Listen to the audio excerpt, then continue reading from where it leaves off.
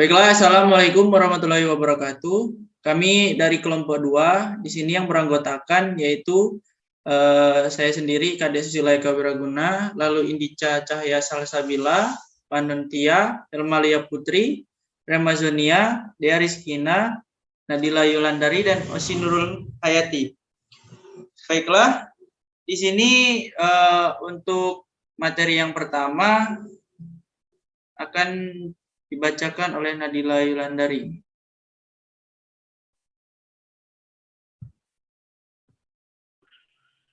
Jenis uji validitas dan reliabilitas. Next.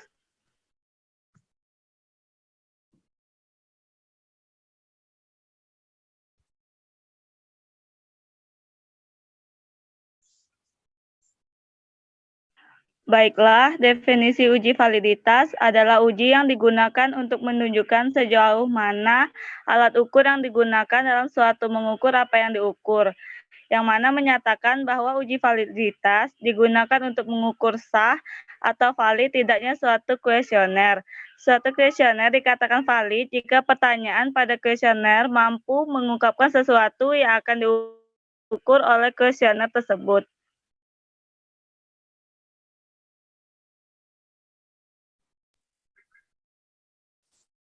Baiklah, yang selanjutnya ialah jenis-jenis validitas.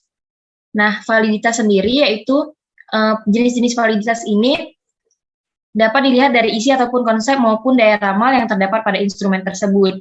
Di samping itu, dapat pula dilihat dengan memperhatikan bentuknya atau hubungannya dengan tes ataupun instrumen lain secara empirik dan statistik. Nah, sehubungan dengan itu, validitas dibagi menjadi 3. Yang pertama, validitas konstruk, kemudian validitas isi, dan yang terakhir adalah validitas empiris. Yang pertama itu validitas konstruk, di mana validitas ini merupakan validitas yang mempermasalahkan seberapa jauh item-item instrumen mampu mengukur apa yang benar-benar hendak diukur sesuai dengan konstruk atau konsep khusus yang telah ditetapkan. Nah, langkah yang dapat dilakukan untuk mengetahui validitas konstruk ini ialah dengan melakukan proses penelaah teoritis terhadap suatu konsep dari variabel yang hendak diukur. Kemudian yang kedua, mulai dari perumusan konstruk.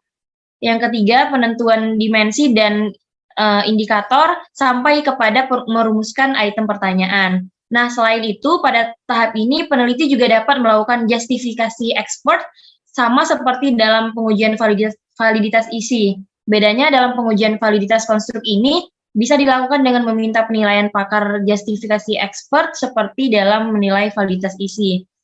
Kemudian yang kedua ada validitas isi. Validitas isi ini terkait dengan seberapa jauh suatu instrumen mengukur tingkat penguasaan terhadap isi suatu materi yang seharusnya dikuasai sesuai dengan tujuan pengajaran. Nah, hal ini mengindikasikan bahwa apabila suatu instrumen memiliki validitas isi yang baik, maka instrumen tersebut dapat benar-benar mengukur penguasaan materi yang seharusnya dikuasai sesuai dengan konten yang diukur.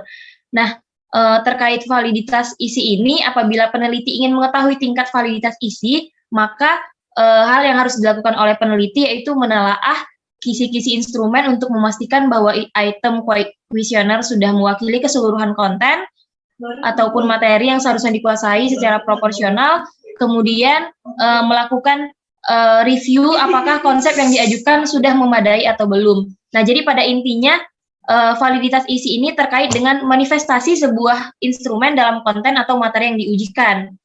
Selain itu, suatu validitas isi juga tidak dapat mempunyai besaran tertentu yang dihitung secara statistik. Dan yang terakhir ada validitas empirik. Dalam hal ini, kriteria suatu instrumen ditentukan berdasarkan data hasil ukur instrumen, baik melalui uji coba maupun pengukuran yang sesungguhnya. Nah, di sini validitas empiris ini diartikan sebagai validitas yang ditentukan berdasarkan kriteria, baik kriteria internal ataupun kriteria eksternal. Untuk kriteria internal sendiri, itu kriteria yang bersumber dari instrumen itu sendiri. Sedangkan kriteria eksternalnya itu hasil ukur instrumen lain di luar instrumen yang menjadi kriteria. Kemudian terkait dengan kriteria eksternal biasanya merujuk pada ukuran lain yang sudah dianggap baku atau dapat dipercaya. Pada validitas empiris ini terbagi lagi menjadi 2 bagian. Yang pertama ada validitas ramalan atau predictive validity, yang dalam hal ini sebuah instrumen dianggap memiliki validitas prediksi apabila mampu memprediksi apa yang akan terjadi di masa yang akan datang berdasarkan bukti hubungan antara nilai tes dan variabel yang diuji. Nah, validitas prediksi ini memiliki dua arti, yakni validitas ramalan jangka pendek dan validitas ramalan jangka panjang. Pada validitas ramalan jangka pendek maksudnya validitas yang daya prediksi alat ukur hanya berlaku dalam waktu yang tertentu. Adapun validitas jangka panjang maksudnya validitas instrumen yang mampu memprediksi kondisi di masa yang akan datang. Dan yang kedua ada validitas bandingan atau comparative validity, merupakan ketetapan suatu tes ditinjau dari korelasinya terhadap kecakapan yang sudah dimiliki masa sekarang secara nyata. Perbedaan antara validitas bandingan dan validitas prediksi itu terletak pada masa waktunya. Jika validitas ramalan fokus pada hubungan dengan masa yang akan datang, maka validitas bandingan fokus pada hubungannya dengan masa sekarang. Di dalam hal ini, untuk menguji validitas bandingan itu, datanya merefleksikan pengalaman yang didapatkan di masa lalu itu, peneliti membandingkan dengan data hasil tes yang didapatkan di masa kini. Apabila hasil tes yang didapat di masa kini memiliki hubungan searah dengan hasil tes berlandaskan pengalaman masa lalu, maka hal itu bisa dianggap bahwa instrumen memiliki validitas bandingan yang baik. Adapun kesimpulannya yaitu validitas instrumen pada dasarnya berkaitan dengan ketepatan dan kesesuaian antara instrumen sebagai alat ukur dan objek yang diukur.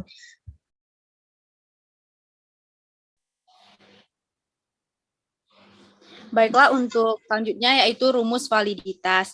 Nah, di sini tinggi rendahnya koefisien validitas ini bergantung pada hasil perhitungan koefisien kolerasi.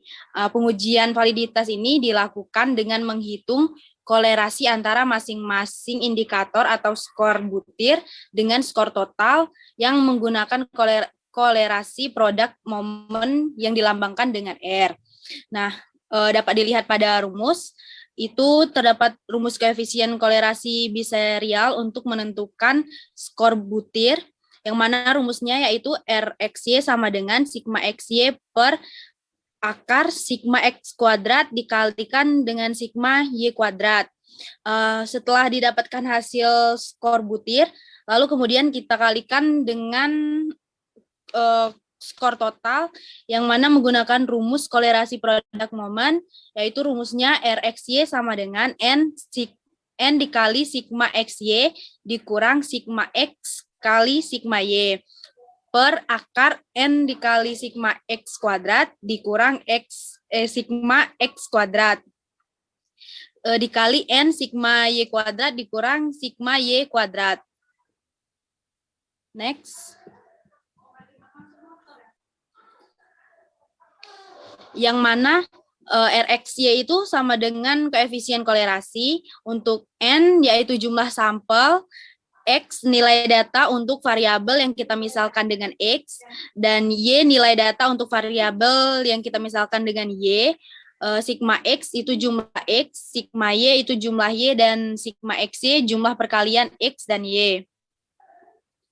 Next. Nah, setelah didapatkan hasil tadi, lalu kita bandingkan antara koefisien yang sudah perhitungan yang sudah kita dapatkan dengan koefisien kolerasi Pearson pada taraf signifikansi. Di sini bisa kita lihat taraf signifikansi dan N di sini nih merupakan jumlah atau banyaknya data. Next.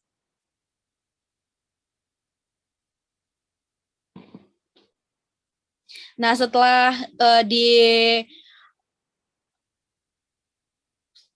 dibandingkan, kemudian kita bisa lihat kriterianya valid atau tidak valid.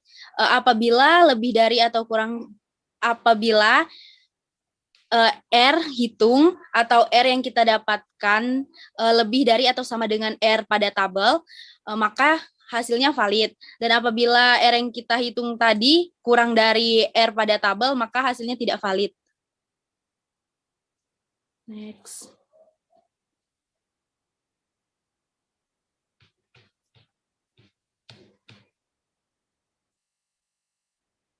Nah, setelah didapatkan validitasnya, untuk kategori validitas ini, yang mana RxY apabila kurang dari 0,80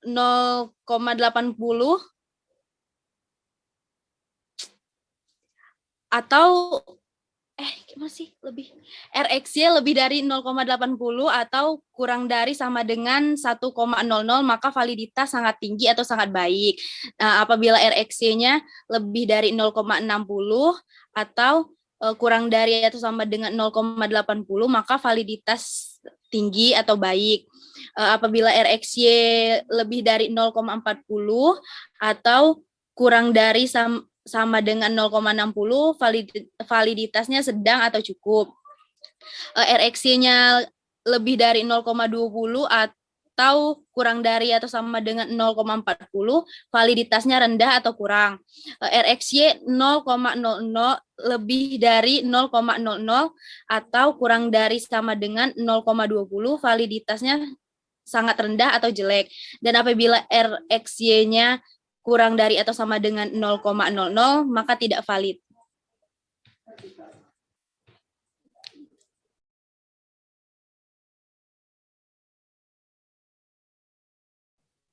Nah, di sini ada contoh kasus validitas.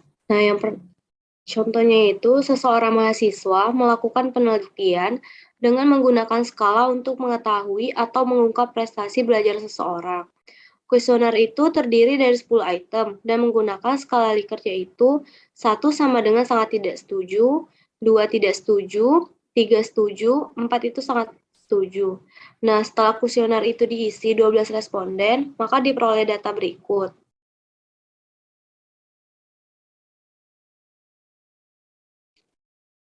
Nah, dari contoh kasus ini kan dapat tabel ini. Next. Nah, diperoleh korelasi biraviat persen antara skor item dan skor total untuk masing-masing item. Jika digunakan tingkat signifikansinya itu alpha sama dengan 0,05 atau 5% dengan uji dua sisi dan n sama dengan 12, maka titik kritisnya adalah 0,576. Terlihat bahwa item 1, 9, dan 10 kurang dari 0,76, sehingga dapat disimpulkan bahwa item 1, 9, dan tidak valid, dan jika perlu item tersebut diubah atau dibuang, asalkan tidak mengurangi arti kuesioner secara kesatuan.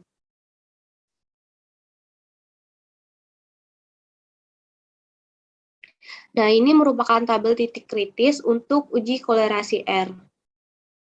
Next.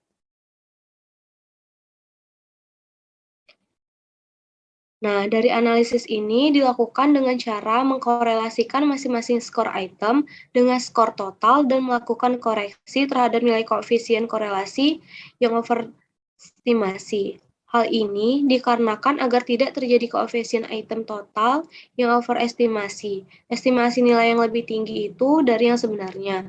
Dengan kata lain, analisis ini menghitung korelasi tiap item dengan skor total, tetapi skor total tersebut tidak termasuk skor item yang dihitung. Next. Nah, sebagai contoh, pada kasus yang di atas tadi, akan dihitung korelasi item 1 dengan skor total, yaitu jumlah total skor 2 sampai skor 10. Perhitungan teknik ini cocok digunakan pada kuesioner yang menggunakan item-item pertanyaan yang sedikit. Sedangkan pada kuesioner yang menggunakan item-item pertanyaan yang banyak, tidak perlu dilakukan, karena perbedaan antara kedua teknik tersebut tidak jauh. Next.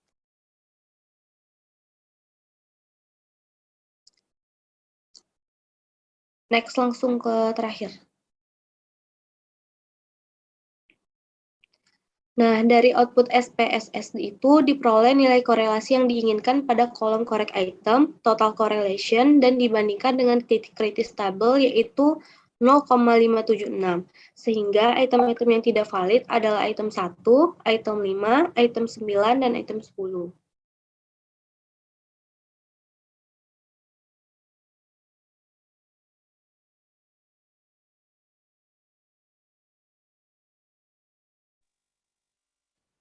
Baiklah, di sini saya akan melanjutkan mengenai reliabilitas.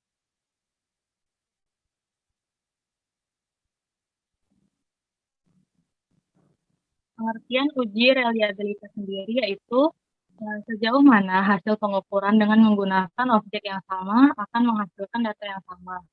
Reliabilitas berasal dari kata reliability yang berarti hasil suatu pengukuran dapat dipercaya.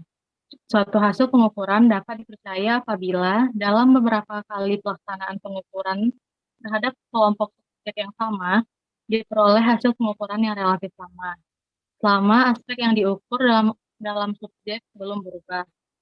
Reliabilitas dinyatakan dalam bentuk angka, biasanya sebagai koefisien. Koefisien yang tinggi berarti reliabilitas juga tinggi.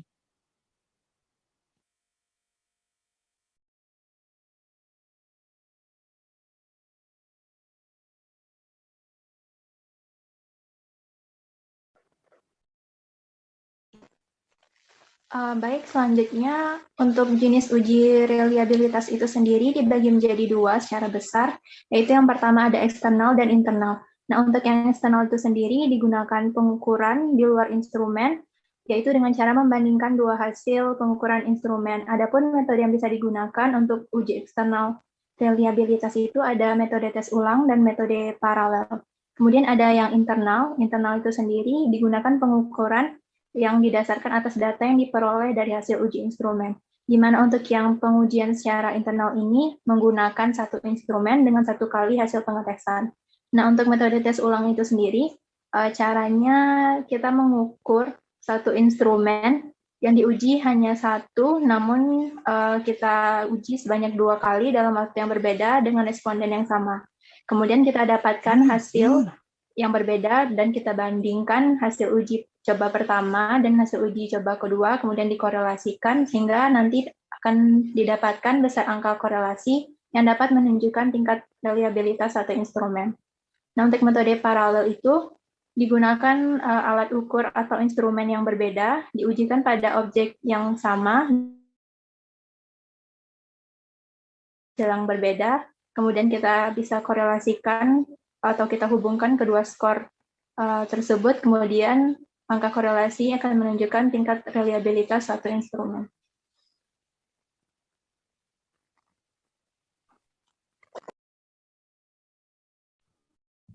Baik, berikutnya rumus reliabilitas itu, tinggi rendahnya reliabilitas itu secara empirik ditunjukkan oleh suatu angka yang disebut nilai koefisien reliabilitas.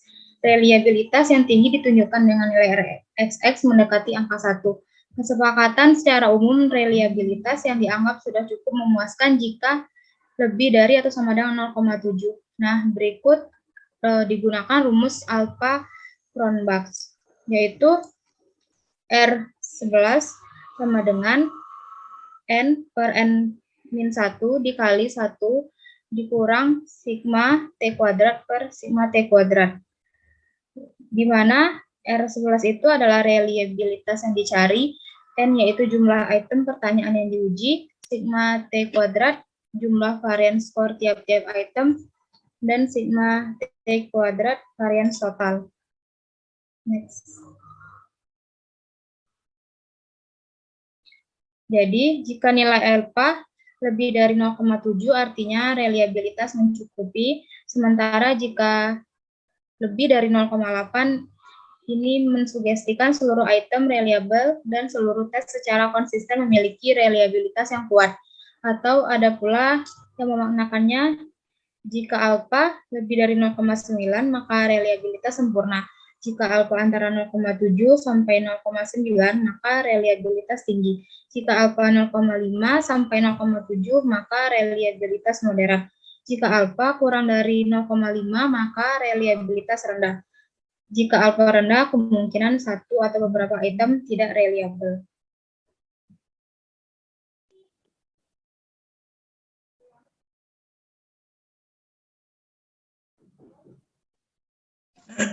Baiklah, di sini saya akan memberikan contoh studi kasus untuk uji reliabilitas ini. Yang di sini kita menggunakan rumus metode Spearman-Brown di mana rumus dari metode Spearman-Brown ini yaitu RG atau koefisien korelasi produk momen itu yaitu N sigma XY dikurang sigma X dikali sigma Y. Akar dari N sigma X kuadrat minus dalam kurung sigma X pangkat 2 N sigma Y kuadrat dikurang sigma Y pangkat 2. Jadi X itu sendiri yaitu skor responden untuk butir ganjil dan Y itu adalah skor responden untuk butir genap. N itu sendiri banyak responden atau peserta dari tes yang kita lakukan. Lalu selanjutnya contoh kasus reliabilitas ini merupakan 10 responden yang dilakukan uji dengan tingkat kepuasan dengan skor ganjil X dan skor genapnya adalah Y. Dapatkan hasil seperti tadi. Dan dari hasil yang tadi kita tentukan X kuadrat, Y kuadrat, dan juga nilai dari XY. Lalu kita totalkan dari X dari Y, X kuadrat, Y kuadrat, dan juga XY. Setelah kita dapatkan total dari X, Y, X kuadrat, Y kuadrat, dan XY, lalu kita dapat masuk ke rumus yang tadi, yang pertama, yaitu diketahui sigma X adalah 31. Mengapa sigma X 31? Yaitu di sini total dari X. Lalu sigma Y itu adalah 34, itu total dari semua data dari Y, yaitu 34. Lalu sigma X kuadrat yaitu total dari data X kuadrat yaitu 115, dan sigma Y kuadrat yaitu total dari data Y kuadrat itu adalah 130, dan sigma XY yaitu 117. Jadi dari data yang kita sudah ketahui, kita dapat menghitung koefisien dari korelasi produk momen antara skor butir ganjil dan skor butir genap. Yang kita dapat masukkan ke dalam rumus yaitu N sigma XY dikurang sigma X kuadrat, sigma Y. Kita masukkan nilainya, lalu kita lakukan perhitungan yang didapat hasilnya yaitu 0,703, yang dimana setelah kita mendapatkan nilai tersebut kita dapat masuk ke rumus Rn. Selanjutnya dapat dihitung koefisien reliabilitas Spearman-Brown, yaitu dengan rumus ini. Setelah kita mengetahui dari nilai RGG tadi, hasilnya yaitu kita masukkan mendapatkan hasil 0,826. Jadi, jika dihitung dengan formula Spearman-Brown, maka reliabilitas tes tersebut besarnya yaitu 0,826 atau kalau ditentukan ke dalam tabel yaitu reliabilitas. Baiklah, mungkin presentasi dari kelompok kami cukup sampai di sini. Apabila ada teman-teman yang ingin menanggapi atau menambahkan, dapat langsung ditanyakan kepada kelompok kami. Kami cukupkan presentasi kami sampai sini. Wassalamualaikum warahmatullahi wabarakatuh.